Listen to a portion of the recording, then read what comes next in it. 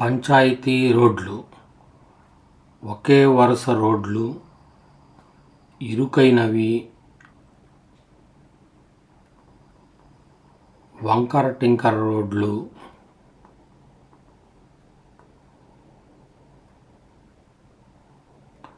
బురదమయం,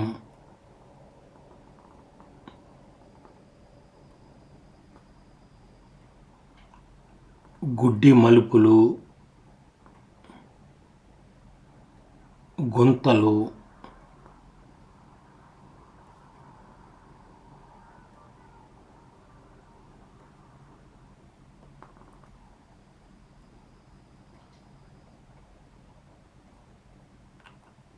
గొడ్లు, గొర్రెలు మొదలైన ఇబ్బందులతో వాహన చోదకులకు విసుగు పుట్టిస్తాయి.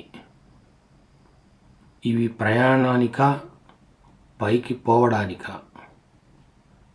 పంచాయతీ రోడ్ల మీద రెండు వాహనాలు ఎదురైతే ఒక వాహనం రోడ్డు పక్క పొలంలోకి పోవలసి వస్తున్నది. ఇరుకైన రోడ్ల మీద వాహనాన్ని మెల్లగా నడపడం వల్ల మైలేజీ కూడా రాదు. పై అవలక్షణాల వలన పంచాయతీ రోడ్ల మీద ప్రయాణం నరకయాతనంగా మారుతున్నది. అనేక ప్రమాదాలు జరుగుతున్నవి.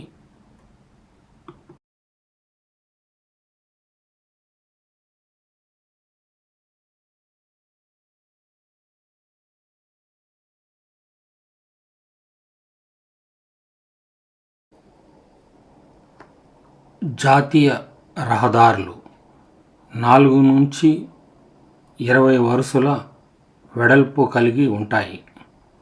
పోయే వాహనాలకు 2 నుండి 8 వరుసలు, వచ్చే వాహనాలకు 2 నుండి 8 వరుసలు ఉంటాయి. ఎక్కువ వరుసలు ఉంటాయి కాబట్టి వాహనాలు వేగంగా, సాఫీగా ప్రయాణిస్తాయి.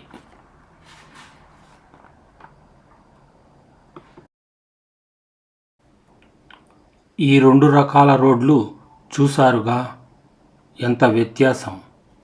ఇరుకైన ఒక వరుస పంచాయతీ రోడ్లు, 4 నుంచి 20 వరుసల జాతీయ రహదారులు. ఎందుకు ఇంజనీర్లు, నాయకులు పంచాయతీ రోడ్ల విషయంలో ఇంత సంకుచితంగా ఆలోచిస్తారు?